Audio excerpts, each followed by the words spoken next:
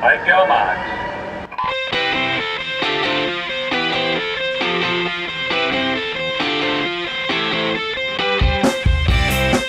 You're listening to the Pullbuoy podcast. Hello, Steve here. Welcome to the last instalment of our Commonwealth Games Memories podcast series. We started in 1982, and in this episode we'll linger a bit more on the challenges of Delhi before moving on to the last games to be held in the UK in Glasgow back in 2014. And who better to talk about games in Scotland than someone who flew the Saltire with distinction? It's none other than Hannah Miley. So, welcome back to the Pullbuoy podcast. Hannah Miley, how are you? I'm good, thank you. How are you? I'm very good, thank you. Cold up there in North Scotland, I gather. Yeah, it's a bit frosty. Well, the reason we've invited you back today, of course, is to have a chat about the Commonwealth Games. We're in Commonwealth Games year for 2022, and you competed 4 times in the Commonwealth Games for Scotland through your career. Can I start by asking, how did you find the Commonwealth Games as a thing? You know, you swam at Worlds, Olympics, Europeans. How do the Commonwealth Games kind of compare to those experiences? Well, for me, my first Games was in 2006, and that was pretty much what cemented my desire to pursue swimming as more of a career. I was 16 at the time, didn't have the best lead into those games. I was actually in hospital January time with suspected pneumonia for 2 weeks. So going into the actual competition, it was a little bit rough, but the whole experience of being part of a team, for me, for being part of Team Scotland, it's all about the kilt, wearing the team tartan and the kit with pride. And it was just awesome. And then once we had such a successful swimming team as well at the Melbourne Games, that I was just like, I want to do this. I want to see how far I could take my swimming career. And, I've kind of never really looked back from it. So it was pretty much the springboard for me for wanting to pursue a career in swimming a little bit more. And you kind of touched on it there, but as a Scot, you don't get as many opportunities to compete for Scotland rather than GB.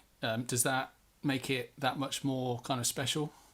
Yeah, it does. There's just something quite nice because, we are a small nation.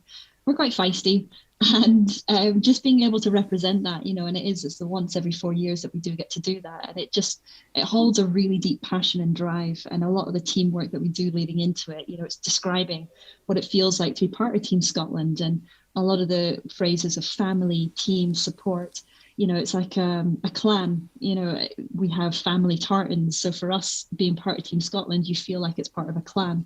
And there's just something really, really special. We're very proud, very honest and open and proud about what we do. We like to stand out.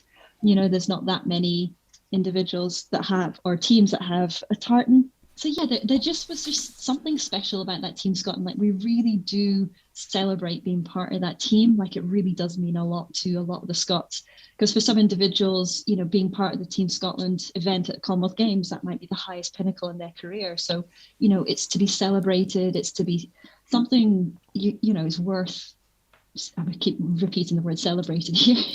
I can't quite fully describe it. It's just that innate pride. It really does bring out this sort of pride of your nation, yourself, and just being able to have that Team Scotland cap and kit makes a big difference. Let's move on then to 2010, the games in Delhi. Let's face it, Delhi's a very different place to Melbourne. So it must have been a very different experience heading there. It was. Where to begin?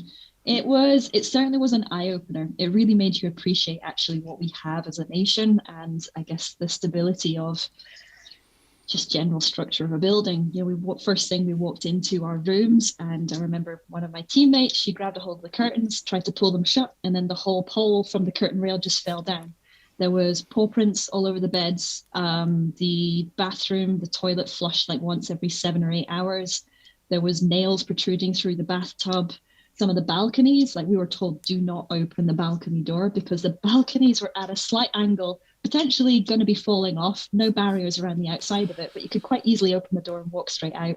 So it was different. It was very, very different. And we did the best that we could. And, granted, those that were there working for the Federation in Delhi, were really, really helpful. They did want to, give a good impression for India and for Delhi. So, we're eternally grateful for what it was. But it certainly wasn't the most straightforward of things. I mean, you could even hear they had baboons on the back of motorbikes.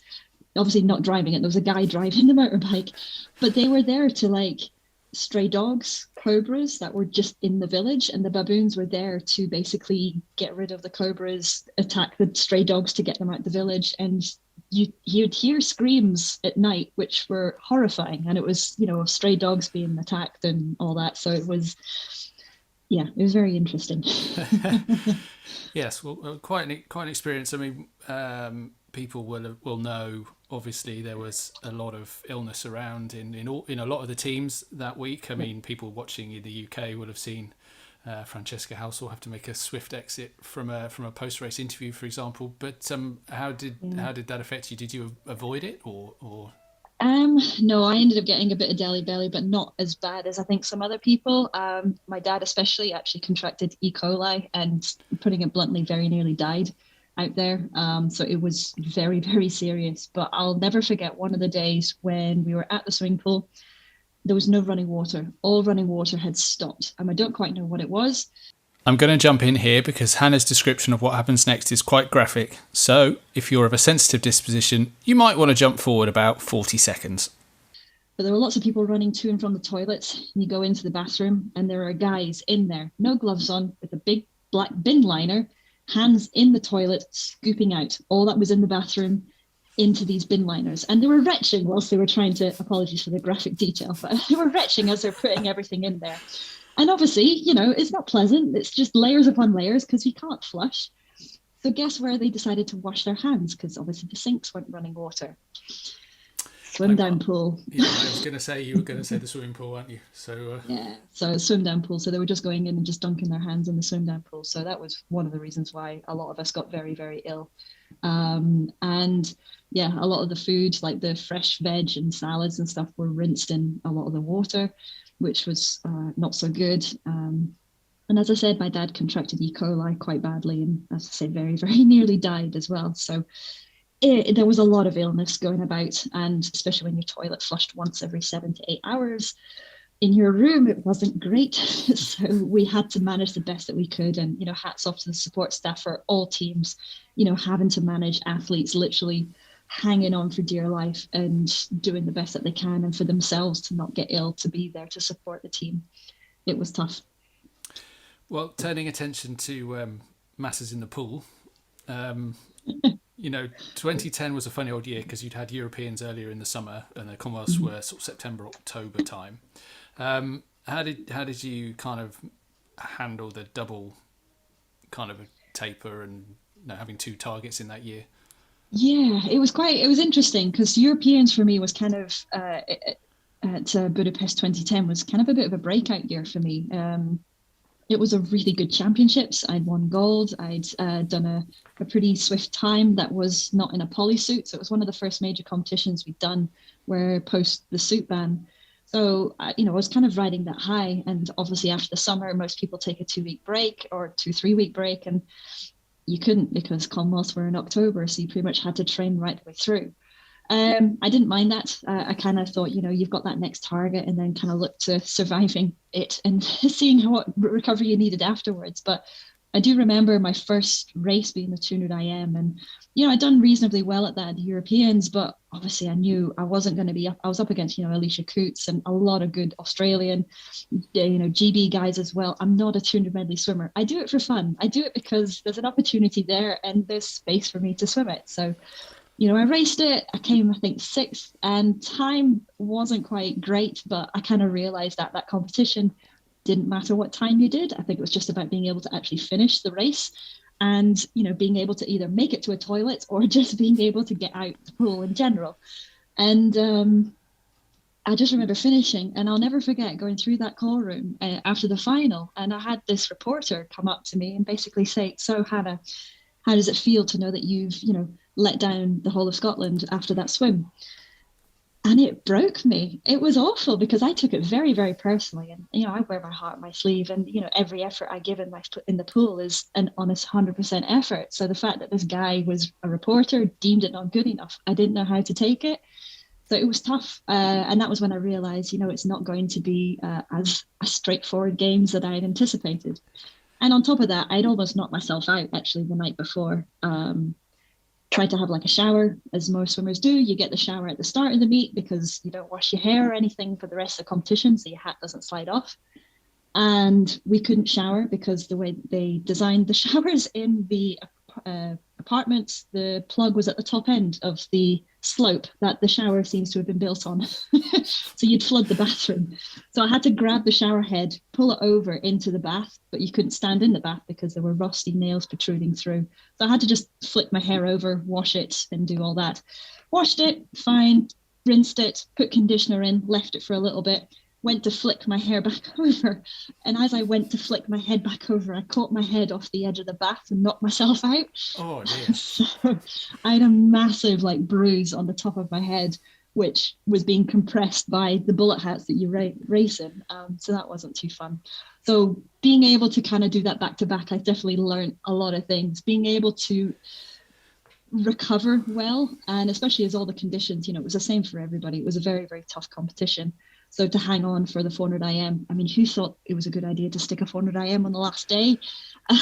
Very grateful for the Commonwealth after that, not having that. But yeah, it was very, very tough to sort of hang on for dear life until the 400 IM. And then once I finished it, it was more relief that I'd survived it, finished it, and there was no more racing off the back of that, and then could enjoy a little bit of TLC and a bit of downtime. So yeah, so it was interesting. It's one of those things where you just had to get on with it. Having those two competitions back to back, you couldn't moan. They're not going to move it just because you don't want it to happen. But I had to learn a lot about that sort of psychology side of it, and just learn to be able to basically recover. That was the main thing, because you are training for longer than over a year. So the recovery strategies had to be on point for that. You mentioned that the 400 AM was on the last day. Obviously, a bit of a test of endurance with everything going on to make it to the sixth day of competition. But all that aside, and accepting that people were up and down and in and out of their events, and people weren't necessarily swimming as fast as they might have done. You were obviously the favourite for that because of your performance earlier in the summer. Did you still feel that it was yours to win by the time it came around, with everything that had gone on as well? No, I was actually still very, very nervous because I knew how well I'd done at Europeans and how hard the rest of the meet was going. And that was where it was pretty much, it didn't matter what time you did, it was just about the race. It was just trying to be at the best you possibly could be at that moment in time. So I kind of knew this is not going to be a quick time. This is just going to be a race for survival, really, who can get to the wall first, ultimately. And yeah, going into it, there were so many good swimmers there that could very easily taken the title and gone faster than me. But it was just, I guess it was just at that moment in time, everything kind of pulled together in my favour, I guess, and I was able to get the touch. But I was being chased by quite, I think, Samantha Hamill coming down that last little 50. So, it was very, very close, and Kerry Ann Payne as well. So yeah, I definitely didn't think I was going in as a favourite, and that was the hardest part, because I knew there was that pressure and expectation for me. We'd seen Robbie Reddick win gold, and that was a very emotional moment for all of us. And the boys relay team as well, the boys 4x2, that's always such a special moment for Team Scotland too. So I wanted to do well, not just for myself but for the team and for everybody, for Scotland watching. So just kind of got on the block, and I just reverted back to that sort of basic instinct of just race. Didn't matter the time, didn't matter the pacing, it was just pure race and get to the wall as best you can. And I wanted to ask, because I couldn't find any evidence that you'd ever done it another time, but you swam backstroke, I think, in the Medley relay. Is that right? Yeah. I actually had forgotten about that. I think I did. Yeah, as you can tell, it's not one that I tend to swim that often. So I think we had to kind of make do with the athletes that were still standing at the time. So really a war of attrition for that one. A little bit. It was just I was there for the team. If we needed a backstroke swimmer, I'd put my hand up and say happy to do that. So whatever it took to kind of help the team go through. Yeah. And last thing about Delhi before we move on, I one thing I remember is from the podiums that they had these sort of nice scarf things that they gave you. Yeah. What do you remember about those? It was quite a nice memento. I love keeping the little mascots and the little items that go with each of the games if you get to go on the podium. So for me, having that draped around, it felt really special and quite unique. And I still have it. I've yet to unpack it. There's still lots of boxes in my house that I've yet to unpack, but I do know that I've still got it. And it's still very much, yes, there was lots of disastrous memories attached to Delhi, but there's still that kindness. Somebody made that and somebody actually put a lot of effort into it. And there's a memory to that scarf. And it's different. It's normally a plush toy or flowers. And the fact that you got this scarf for me made it quite unique and quite memorable. Yeah, they look really great. So it's nice to hear that it kind of meant something to you as well. We'll move on, I think, to 2014 and Glasgow. Another massive contrast from Delhi to Glasgow, rather like Melbourne to Delhi. But obviously, Glasgow home games for you. You've already talked about what it's like representing Scotland and the pride and everything that comes from that. Is it heightened even more when it's at home and it's in your home pool? Yeah, and it was, and I definitely felt there was a bit more of weight added to it because the expectation stepped up even more, and the expectation that Hannah will defend her title, it'll be really easy, she'll do it again. And September 2013, Amy Wilmot was basically handing my arse to me. She was doing so well. She was getting faster every time I raced her, and it was a little bit tricky to try and hold the sort of panic and the stress of this isn't going to be an easy thing. And they was like, oh no, it'll be fine, you'll be good. And I'm like, no. And not only that, they moved the 400 IM from, instead of being on day 6, they moved it to day 1. And not only was it day 1, it was the very first event. And not only was I at the very first event, I was actually the first heat for the competition. So it was quite daunting. But the fact that it was in Glasgow, we'd experienced London, the home crowd atmosphere there. I kind of knew that going into Glasgow, there's a way to use the crowd instead of seeing it as something as daunting, but actually use it as energy, really feed on the crowd. They're there to support, and it's not just the Scots, there's everybody there. And I feel Glasgow did such an amazing job, being probably a little bit biased, but, it's known as the friendly games. And I really think Glasgow just opened its doors. The taxi drivers, everybody was talking about how awesome the people of Glasgow were. And it was just nice to showcase, our Scottish city, to be able to, welcome all these athletes, all these countries in, to host these games and to showcase Scotland for truly what it is. It's more than just the haggis and the iron brew, there's a little bit more to it. And I love the fact as well that the Australians came over with thick knitted jumpers, and it was a heat wave. And they were roasting and it was too hot. They were going over to Tesco's to buy all the fans. We were sold out of fans because it was so hot in those rooms that they needed ventilation. Second week, I think they then had to bring those jumpers back out because typical Scottish weather, it did get a bit colder. But I love the fact that we had a heat wave for that first week. So it definitely was a very, very special moment. There aren't many athletes who get to compete at a home games, whether it's an Olympic Games, World Championships, European Championships, but a Commonwealth Games as well, because it's once every 4 years. So for us to, have the games last time, I think it was in Edinburgh. So to have it in Glasgow was just awesome. It was so, so good. And I was so excited for it. But at the same time, dealing with so much pressure as well, that was quite a stark contrast going into Delhi compared to going into Glasgow. A little bit more smooth sailing, but the pressure was tenfold. Yeah, I mean, I was going to ask you about the 400 IM coming right up to the front, the first final on the first night. You said there you were in the first heat, and lots of people are saying, oh, well, no, the organisers have done that deliberately because they want Scotland to get off on a good start. And presumably, I doubt very much that your dad or the team staff were saying that to you, but you must have felt that massively. Yeah, I mean, I'm not daft. I knew that was the expectation. I definitely felt that hugely. And, my dad wasn't a coach on the team. So for me to kind of speak to him for the holding camp, it was great because it was in Aberdeen.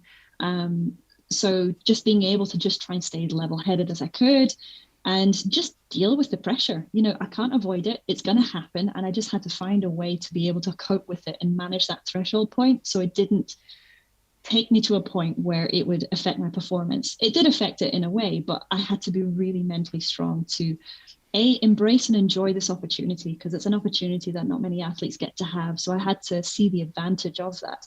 But also, it's another 400 IM. It's no different to any of the other 400 IMs that I'd done. I've been racing at Tall Cross Pool since I was, about 10 years old. So it's the same pool. So, for me, I kind of took a lot of comfort from that familiarity.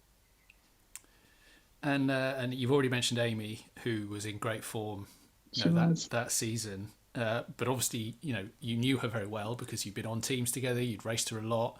You knew she was in good form, but did knowing her help kind of take the edge off that?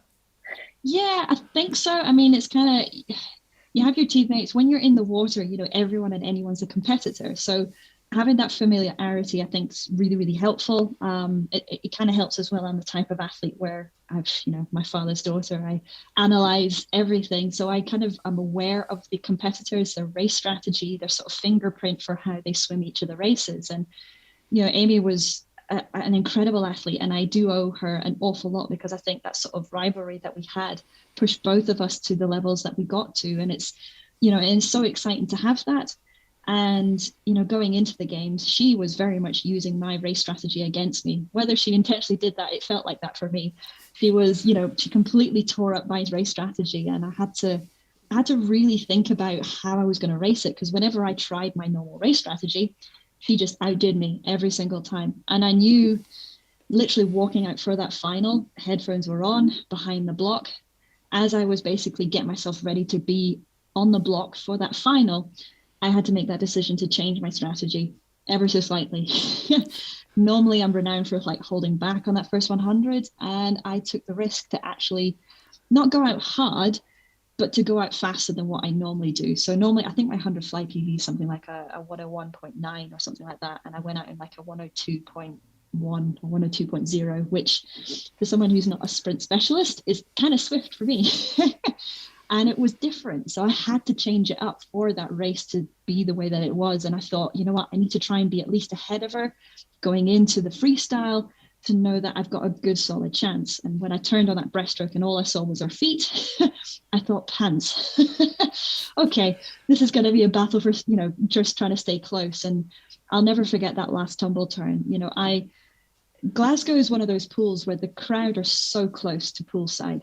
And as soon as I turned and pushed off, I could hear the crowd so clearly underwater. It was so cool, because normally you don't hear anything when you're underwater. You can hear yourself singing or whatever, but to hear a crowd crystal clear under that water, I'll never know what the crowd was above the water, but I know exactly what it was in the water. And that just carried me home. I mean, I was dying on that last 50 because I'd taken it out a lot harder than what I'm used to. And it was just a matter of hanging on for dear life. And, to be there with Amy, she helped push me to that point. And that was the second fastest time I had ever done. The fastest time was from the polysuit area in 2009. And that was the closest I ever gotten to. And for me, it wasn't just so much defending the title. It was, overcoming the pressure, being able to step up to that expectation, not just the whole nation was putting on my shoulders, but myself. And, the fact that my coach wasn't on the team, that I can do it. I had a lot of confidence built into me from that. And it just kind of all aligned up. And I certainly wouldn't have gotten that to that point had Amy not been there. So, having that familiarity of that teammate there, but also that rivalry, I think is so good, and it's done in a healthy way. And, I always celebrate the successes that she has, as well as I know that she celebrates the successes I have. And, I think that's a good partnership and a good sportsman sort of behavior, I think, for all athletes. Yes, you want to win, but at the same time, you have to be respectful.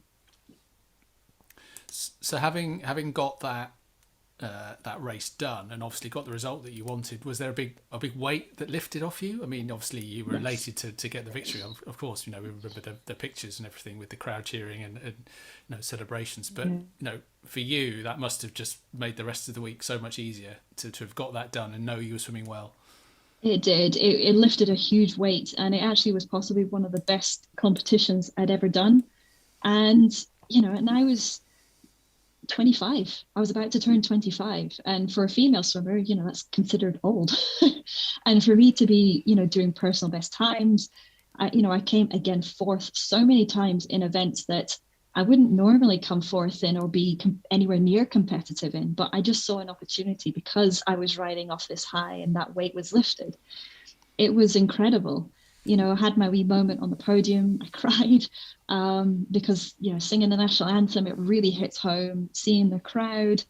And then as well, just celebrating the ability to cope and deal with that pressure and realize that, I can do it. I am a strong athlete. And actually, for once, backing myself. I can be a type of athlete sometimes that can be very unconfident. I'm always worried about failing or worried about doing it wrong. So I'll give it everything that I've got. And to stand there knowing that I have done everything and this was that moment, so I got to enjoy it.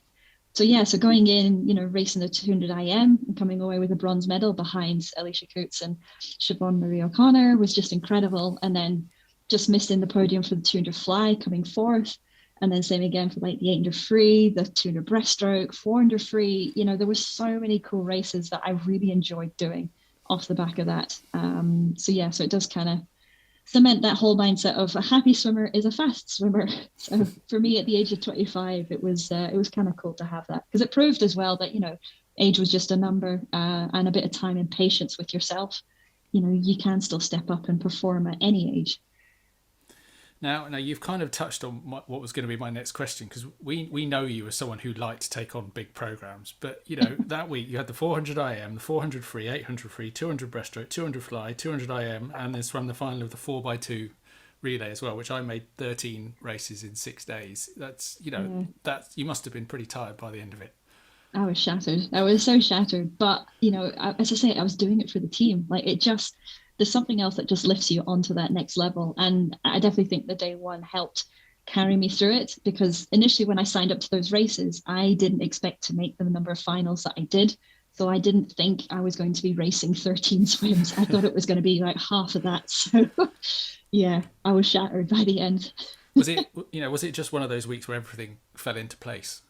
Yeah, pretty much. Everything just kind of clicked. It was the right mindset, the right physiology, the right technique. It just all worked. As I say, sometimes you can, with the best will in the world, you can train the hardest you can train, but sometimes it comes down to a bit of luck. And for me, luck was on my side. Obviously, there's a lot of things I could influence. I was doing everything I possibly could to the best of my ability and do the things that I knew was right. But at the same time, I can't control my competitors. So for me to kind of get the placings that I got was very lucky. And it was a good meet for Scotland as well. Obviously, Ross Murdoch won gold. Dan Wallace won some medals. Michael Jameson was in there as well. Corey Scott, relay medals. So it must have been a really great team to be part of. It was really, really good. It just, as I say, just that clan, that whole family sense builds in together. You're there for your team, not just yourself. And the successes of others, it bleeds through the rest of the team. It really does lift everybody up. But same with those that you get the near misses, you're not left on your own or made to feel you're not important. We had individuals who weren't maybe satisfied with their swims, but they still turned up and cheered and supported on poolside, and were very much the key part for that support network for the whole team. So, it really does bring everybody together. And it was nice to be able to kind of get close to the medal target that we had. And kind of ride off the high that we had for day one. And one final question before I'll let you go. Just obviously you have memories of your own performance and having a great week and everything. But what's your kind of abiding memory of Glasgow 2014 as a Commonwealth Games, if you like? It was being able to stand on poolside and look and hear the crowd.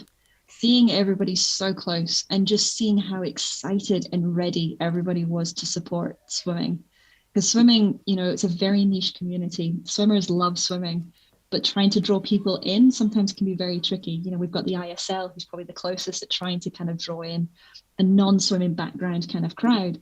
And it was the first time I felt so proud of the sport. proud of Glasgow, proud of the Commonwealth Games to actually bring in pretty much a full crowd. You know, there was barely any seats left when you were looking around at the finals, and it was just the people there to watch, whether it was the volunteers, whether it was the public, whether it was people, you know, coming to support their own, you know, family members or individual athletes to cheer and support them. It was just, for me, it cemented the pure essence of what the Commonwealth Games is all about, that community, that friendly games. And for me, I'll never forget the crowd. That was just the biggest part for me. Well, obviously, you went on to another Commonwealth Games on the Gold Coast 4 years later. Perhaps we'll talk about those another time. But loved hearing your recollections of those two games, Hannah. Thank you ever so much for sharing. No worries. Thank you for having me on. And hopefully we'll speak again. Yep, hopefully. That'll be good. Quite a contrast in Hannah's recollections there. Huge thanks to her for being so candid. As I said at the start, that brings this series to an end, but you can find all of the previous episodes at www.pullbuoy.co.uk/memories if you want to get more games nostalgia. If you want to get in touch at all, you can find me on social media at Pullbuoy on Twitter or at Pullbuoy UK on Instagram and Facebook.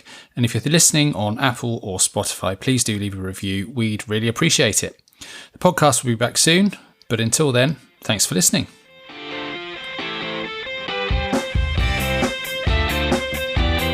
You've been listening to the Pullbuoy podcast.